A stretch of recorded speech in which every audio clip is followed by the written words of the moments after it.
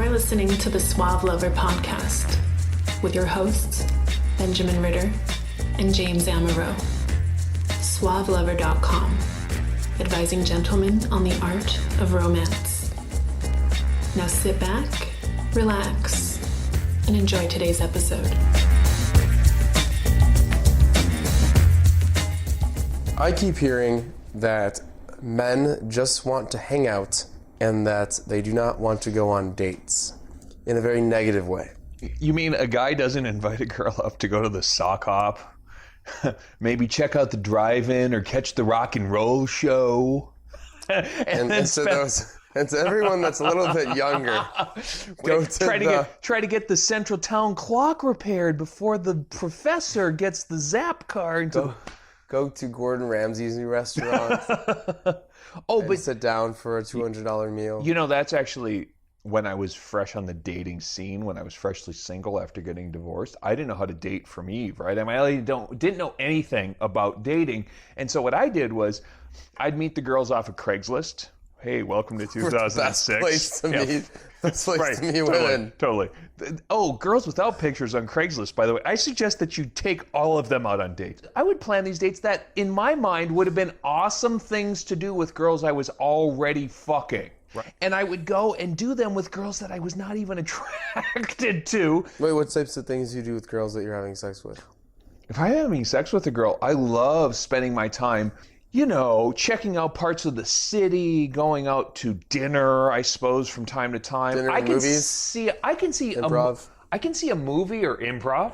I can see watching something with a girl who I don't have to talk to because the silence is comfortable. But that's a level of intimacy and connection that you're probably not going to get with a girl you just met. So you're putting a lot of investment into these lovely hourglass-figured women from Craigslist that you have no idea what they look like. BBW is an understatement, lady. Did you have any regret after those dates? What I found out from those experiences, that the only thing worse than not having a date for Friday night is having a date with a girl you wish you weren't dating that Friday night. A girl you didn't want to be around. Those are miserable. It doesn't take that long to really know you're in the wrong situation with the wrong person. And they could be really interesting, but they may not be someone that you can see going on a day two with. Day two, right? The day two is some, in the pickup artist community, it basically just means a second date. But the second date has a lot of different attributes to it when compared with a first date. And pickup guys will never go on dates because dates are beneath them. So if we took the inspiration of what a day two is, dates aren't beneath them. It's just that dates we should break down a date. Just not very productive to getting to know somebody properly. They're an excellent way to spend a lot of money. They're an excellent way to spend time with your spouse. Have date nights. If you're not currently married, if you're prospecting, then a day two is this idea that you just hang out with a girl and you get to know her? Oh, what a miserable experience that must be, hanging out with a girl who you're terribly attracted to without a lot of pressure, with a lot of expectations, and getting to know her. When you hang out with your friends, do you date your friends? No, you hang out with them and you do some pretty amazing things. A date has, at least when I say dates, I think a lot of people get a little nervous. They think about someone that is going to be the one. It's going to be formal-ish. It's going to be very almost impersonal because a date means you don't know the person. Shit, the plans are stressful. Yeah, a date is this close to a glass slipper and a ball. I mean, there's a lot, right? There's a lot of pressure, expectation. There's a lot of external pressure about what you're doing. Literally think of an interview. But when you hear the word date, I think of once-in-a-lifetime opportunity. Yeah. Something I really, really want. And it's funny, the dynamic then really becomes not, am I going to get to know this person? But it gets to come, oops. Will I get to come come in an interview? It becomes, am I good enough for this job? Yes, can I impress this person? Mm-hmm. I have to be on my best behavior. Oh my God. And I'm really lucky if I get an interview or a date.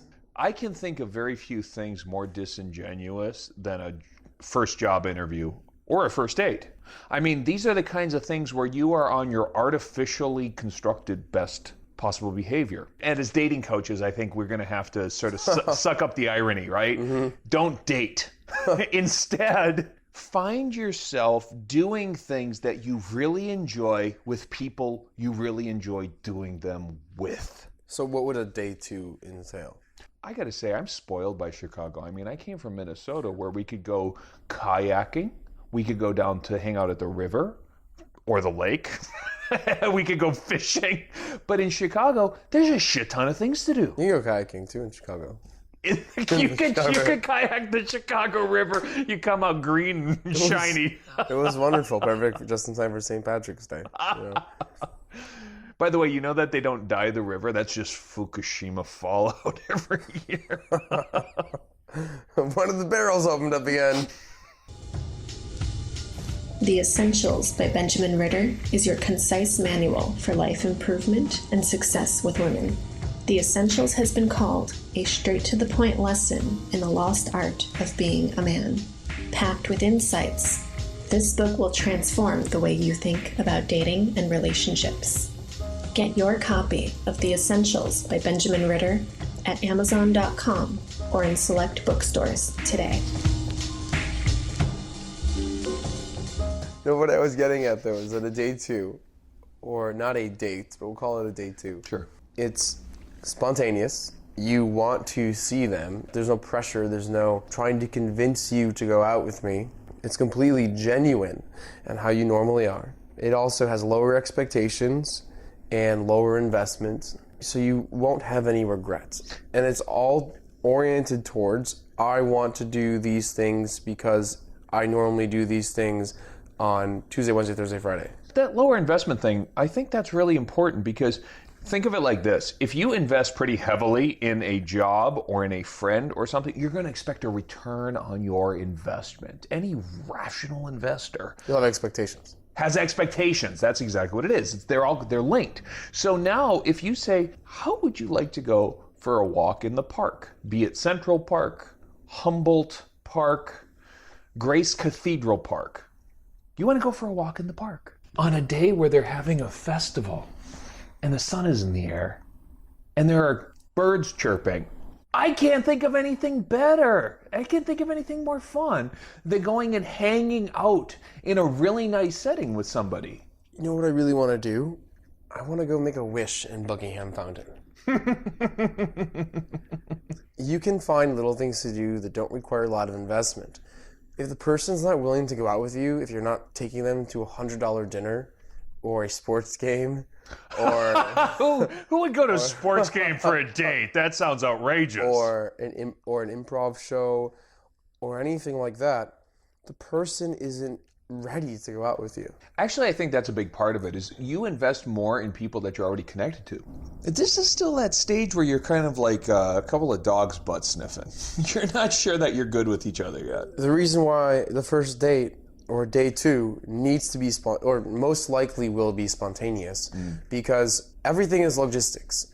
The reason why a girl that has 3 exes and three guys that she's seeing and 3 best friends and a job and family that she's already spending time with, the only reason why she's going to go spend time with you is because, hey, I got a free night. Or I'm pissed off at one of my boyfriends or my ex-boyfriend. So you don't have to take her to fucking dinner. You don't. You just got to catch her at the right time.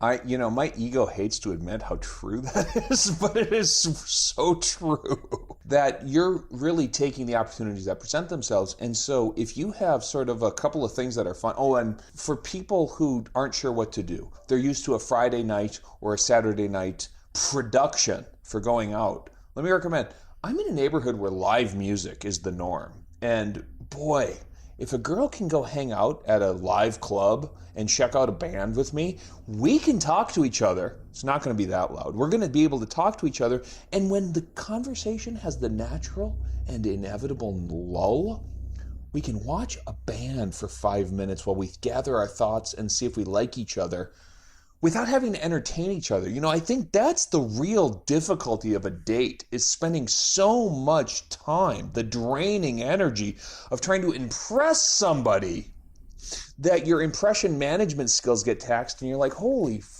fuck, I'm tired. And just to send it home, Yeah.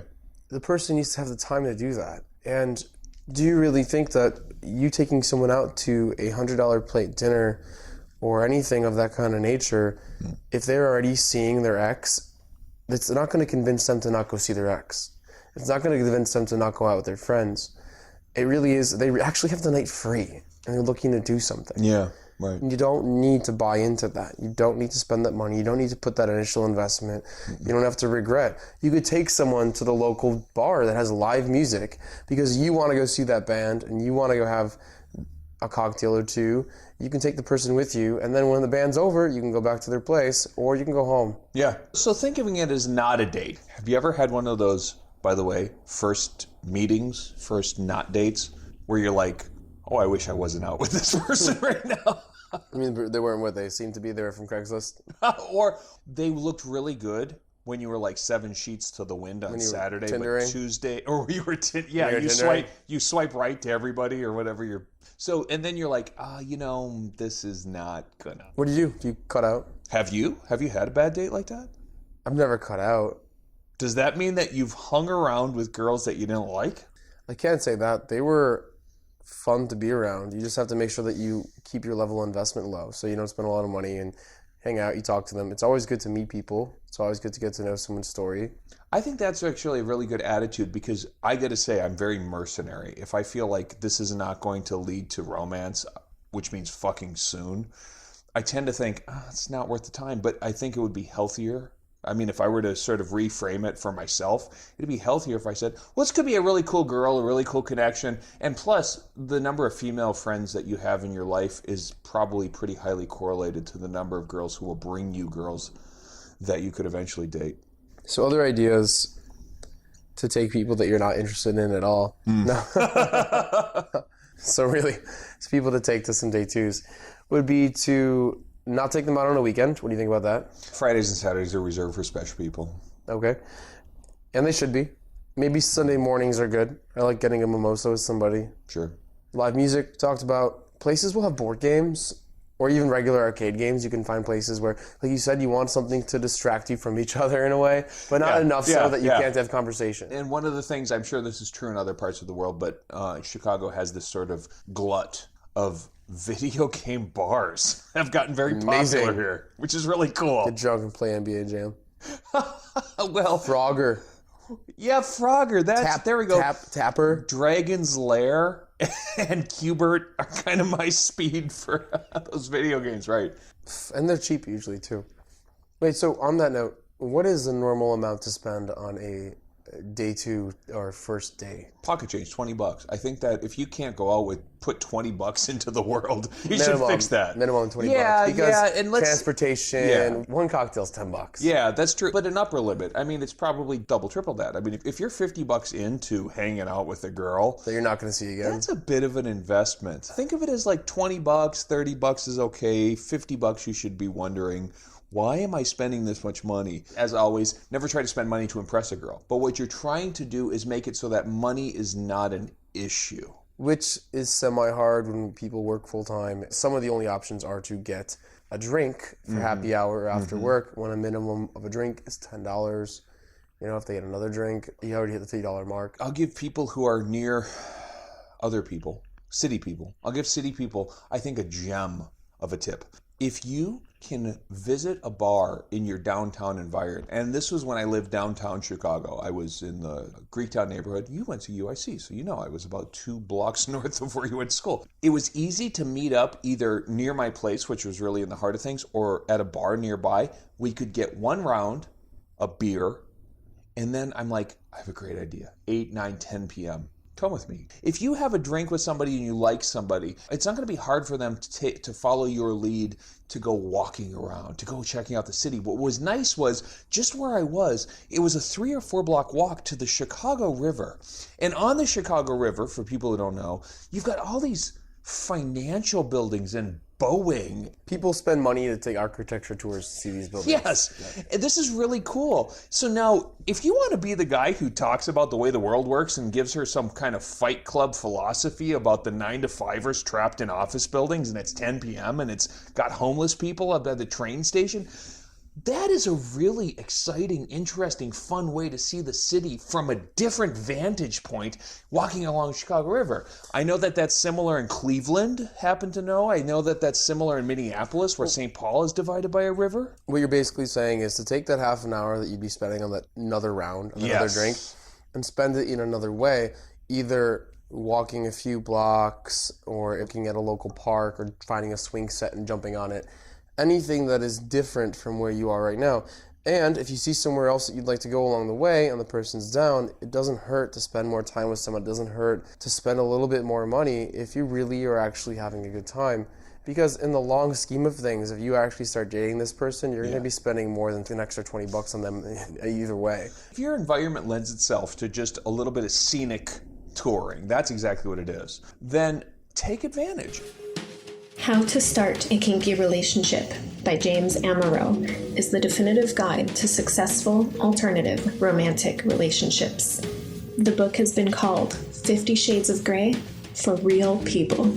Educational, informative, and irreverent, this book has something to offer anyone who is curious and sexually adventurous. Get your copy of How to Start a Kinky Relationship by James Amaro at Amazon.com or in select bookstores today. I always knew what the public art installations, the first Fridays of the month, which I think is a little different than a Friday date, the museums, the public parks that had installations, the displays were, I always knew what those were, because when the moment struck, you remember a couple years ago when there was a 10-story Marilyn Monroe in downtown Chicago? Yep. Yeah. Did you bring anybody to see Marilyn Monroe at about 1 in the morning? Couple. Couple people. Me too. The upskirt photos of people looking I've never been there before. Yeah, no, right. No. What an awesome walk-in prop that turns out to be, right? I feel like I really need to make a wish. Let's go to Buckingham tomorrow. Knowing your environment, because every environment has something like this. Even if your main drag is a place where fucking rednecks drive their pickup trucks and shoot, there's a place where you can go to check out the scenery and the environment that's scenic. There's also little gems of places to go that aren't really expensive. In Wicker Park, there's Happy Village. You can play ping pong. Right. There's also an amazing patio. Blue Line has board games. Division Street Ale House has board games. Emporium has arcades and has $4 shots. You also have Streeters and Pippins downtown that have giant-sized Jenga and drinks for $5. And of course, Estate has the most handsome bartenders in all of Chicago. And the bar that I work at as well. There are great opportunities if you do want to get a drink. And a lot of people are like, I don't want to just get a drink with a girl. Like, nothing's wrong with getting a drink with a girl. You don't have to plan to go to the local opera on a first date. Low key, and I think you mentioned earlier, James, when you were talking about this, tea and coffee, not the greatest type of... I hate coffee, except for about 4 minutes to find the logistics to leave from, to bounce out of. Because the coffee lends itself to an interview date. You're usually sitting across from each other, and now you're trying to impress each other and not get your coffee breath on another person. It's really not a very good scene. I have met for coffee and done other things. Coffee's a break. Coffee's that we're on a date. Yes. I want to get hot cocoa. Yes. I want to get, it's a jump to a new location. Yes. That's what coffee is. Yes. Think of it that way. You can meet for coffee, but anybody who meets for coffee and spends more than 10 minutes is not doing himself a good deed. I'm on a day 2. I am going to a bar with someone. Do I sit across from them at a table, or do I sit next to them at the table, or do I sit at the bar with them? If I had the logistics to coordinate every single time, I would be side by side at a bar where we're looking out together every single time. You can get physically closer. You can whisper into her ear. It's not uncomfortably close. Sitting across from somebody is how you interact with your boss and your parents. This brings up a couple things you want to avoid on a day 2 because it feels like a first date. that's sitting across from each other, if it's possible. If you can avoid it. A fancy place, because what do you do when you go to an interview? You dress up. Any place that's expensive or a large investment, because it could potentially lead to regret as well as expectations. By the way, the girls have recently seemed to have elevated their expectations. They want to go on dinners. They want you to take them to fancy places. And I think this is an inevitable consequences of the rules 2014, where they're all trying to get a ring before they even kiss you. Dead. Thank stuff. God. Yeah. You know, they want to make themselves feel better for having sex on Saturday night with... Don't buy into it. No. Why? Because you could meet her on Saturday night and be that random. I'm random. Hi, my name is Random. That should be your pickup line. Okay, so you don't have the luck to be that random on a Saturday night at a bar. Which, by the way, if you do meet a girl, fuck her on Saturday night, and you're actually interested in her, really make sure after you have sex with her that you're not going to make her regret it. So you're showing her that you're actually interested in seeing her again at some point in time. Dude, have you fucked a girl that you really just have not liked? Okay, so have I. And the problem with those is sometimes you're a little drunk, desperate, you're a little whatever. And the problem with those is, boy, do the wrong kind of girls know how to give you attention. The thing I think to do is, those are hard. Those are hard to deal with, but I mean, I don't know, deal with it ice cold. Just what's even worse is when you really fucking bang a girl that you wish was crazy about you. And then suddenly she goes cold. That's even worse. I mean, which are you going to be? Are you going to be the asshole or are you going to be the pussy? I don't know. I think that if you find that you like a girl or that you don't like a girl, first thing to do is recognize it. Next thing to do, if you like a girl, is say, well, I hope that I can work my way into your Thursdays or whatever your night is. Because if you can set the expectation that you mean to do repeat business, as I'm very fond of saying, repeat business is like just low overhead, right? If you can get repeat business from a girl, that's way better than hunting every fucking night for your food. Let her know that you like her. Don't play too cold. On the other hand, if you don't like the girl, if you wake up in the morning and you're like, wow, did you put on a whole lot of evil while we slept? Then I think it's very simple, is suddenly your number changes. I think we can move on to some of the questions right now. A lot of them are pretty much the same thing, so I'm just going to summarize. We'll do two today. First one I think we touched on, but let's flesh on it a little bit more. These questions all revolve around the idea of, I can't get the girl on a date. I got her phone number. I can't get her on a date. And I have a pretty standard answer to this question, but I wonder if you do, James.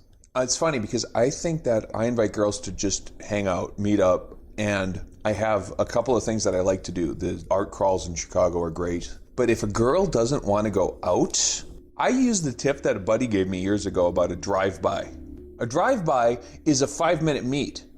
And I tell her what we're doing. Look, as far as I know, you could be a dog. The internet can mask a lot of things. But if we hang out for 5 minutes, we're going to see if we like each other. If we like each other, let's meet more. If we don't like each other, no harm or foul. A drive-by is this idea that you meet really quick after work, no investment, and you find out whether or not you're going to like each other. And I think part of what makes this hard is because this, again, Cinderella arrangement is that you expect so much from the first date that you're not even going to figure out if you like each other, roughly speaking. You're going to figure out if you're soulmates. So do you have some way of making it so that the first meets will prompt her to actually leave the house? I have two things, and I agree with that completely. For people that you're not really sure about, hey, I don't really remember what you look like.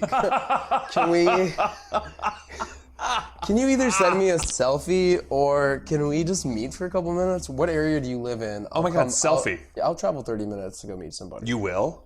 Like on the train. I'll travel 6 by foot, so you seem to have a little, okay, all right. Well, 30 minutes for me, I mean, if you're going, that takes me as far as Wrigleyville. Oh, yeah, now to me, that's what I'm saying. That might as well be Mars. And I probably wouldn't meet someone in Wrigleyville anyways. Yeah, I know, right? No offense.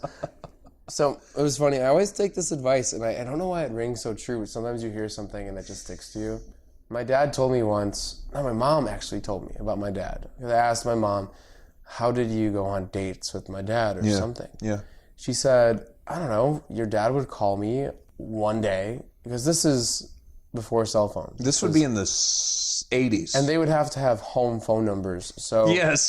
There wasn't really messages or anything. Right. My mom said your dad would, and think about that. Think also what that implies, that you can't really text, you can't call. If you make a plan, you have to stick to it. My mom said your dad would call, and if I didn't want to hang out, he'd go hang out with somebody else.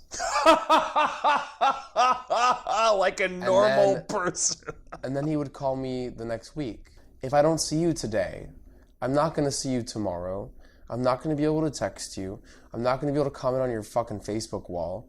I'm going to have to literally wait until next week to see you. So if she kind of liked your, or even was interested in your dad, and he wasn't highly available like today's perverted always-on kids are, she might start to suddenly feel the scarcity of his attention and like it when he gave it to her, but then hard to get is not really her plan, is it? And if she knew and he gave her a call at whatever time of that day and said, hey, let's go grab a drink tonight, let's go to local She had local better music. hope that her answering machine got the messages. Yes or no? I mean, and if I don't say no, and it rings true to me. Yes, that's very good. I also have something to say to the fact that these guys are not getting the first date, other than making themselves less available, and so they're more attractive. They're not doing the right thing when they're getting the number. Yeah. And so you have to put in the right amount of effort into becoming attractive and making them feel comfortable with going to meet you in another location. Very simple reminder. If you meet and agree to a thing to do, and boy, is this work, but if you find that simple connection, you love wine, you love music, you love sports, you are not going to meet up merely because you want to get in her pants. You're going to meet up because you have something in common that you're going to go pursue together, or find out whether or not you're going to pursue it together. And that makes it so much less pressure and so much more, a couple of people who are interested in things can hang out. Completely agree. Once you get that connection, it's so much easier to get that buy-in. Yeah. So we have something special today, James. Oh no. We have a question from a female. Uh-oh. And it's actually not that big a deal. I think it's a normal question. Girls scare me. Whenever they ask questions, I know that the next thing is going to be, so how many children do you know about? So it's a two-part question, and we only listen to women about 20% of the time. So we'll take 1.5. No, one. Math was off there. But I'm a guy. We're not supposed to be good at math, I think. Our math is extinct. One is about paying for dates. Who should pay for dates? And she always feels weird when the guy pays. And two, does a guy think of you differently if you sleep with him on the first date? Very unrelated. The paying for dates thing, I think that it's great if you don't date, and then as the guy, you don't make it about money. Like, money should be a non-issue. If you can... One, don't go on a date that costs a lot of money. Don't go on a date that costs a lot of money. And second of all, if you can just make it so that money is not a concern, you're not spoiling a girl by spending $10 on your fucking admission to the park or to the art fair. You had a really good point the other day. You spoke about what you tell women when the check comes. I'm happy to pick it up, but if it would make you feel better, less like a whore, to go Dutch. I just want to make sure that you're comfortable with that. And I'm always ready to and willing to and prefer to cover the bill because it's not a big deal. But if she's like, no, my independence, my identity as a female depends entirely on us splitting the bill down the middle. It's like, okay, all right, because that's not the fucking hill I want to die on. This is not the battle I need to pick with you. I completely agree with that. On the first date, you take somebody out, you ask someone out. I don't give a shit how much money she makes. If she's okay with you paying for the bill, pay for the day too, pay for whatever it is. Yeah. It's not going to kill you. Okay? Yeah. It does get a little expensive when you start seeing 4 people a week, but that's a quality. That's a quality That's problem. a quality problem. First world issues. Right. And to the second part of the question, we have differing views on this. I know that. We talked about this earlier today. Yeah. I believe in waiting to have sex with someone that you really are interested in. Not turning it down if the opportunity arises. Not pushing. But not pushing it. And you agree on that part, but I don't even agree to forcing the situation. Like, oh, come on in. Like, if I have an amazing time with someone, I'm okay with letting that amazing time be an amazing time and not have to affect it in any other way. Yeah. Because I know I'm going to see the person again. See, I think you're a gentleman. and I'm a whore. But I'm also fucking 5 other people, so that might produce it. I keep thinking, I moved in with a girl that I fucked on the first date. I married a girl I fucked on the first date. I lived with a girl for a year I fucked on the first date. I mean, to me, I find that when you're attracted to somebody and you're not denying it and you're not wrestling with it, that if you facilitate it, maybe as the kind of individual who can get the privacy, maybe get her in the backseat of a car during a drive-in. If you're the kind of guy who can arrange privacy, and that privacy does lead to one thing leading to another, oh my God, go for it. Okay, so we know that you got to isolate to be intimate. We know that. And what's often been the case is that if I'm really probably driven to, attracted to, drawn to a girl who I really want to be alone with and she really wants to be alone with me, there's not sort of like I don't have buyer's remorse. If I really get with a girl who I'm really drawn to and it's not merely convenience and opportunity, I've worked for this girl, by the way. So why do people think, hey, I'm not going to date a girl that I took home on the first night?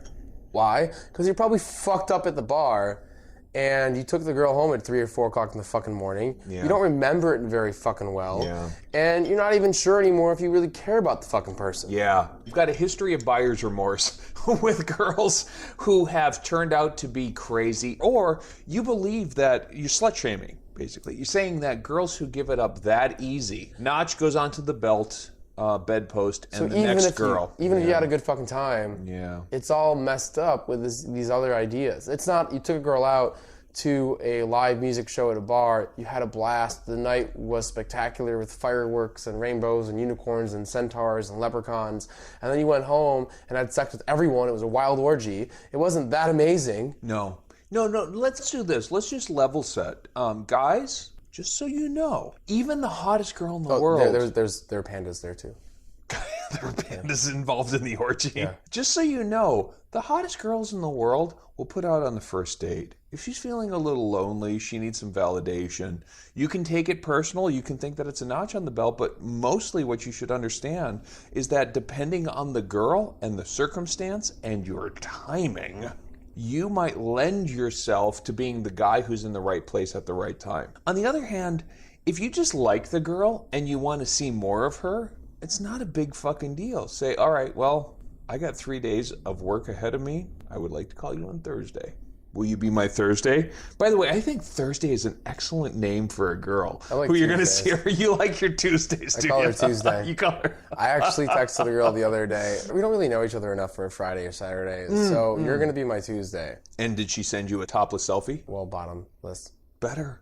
Yeah. Awesome. But it's winter, so she wasn't shaved. You are so tiger blood. What? Gross. By the way, any woman who's listening, I will edit this into my own. Never, ever send an unshaven, bottomless selfie. Oh, by the way, send us your questions to podcast@suavelover.com. We would invite you on a date, but we just don't roll that way. And hairy selfies. You have been listening to the Suave Lover podcast. Visit suavelover.com to become the kind of man that women crave.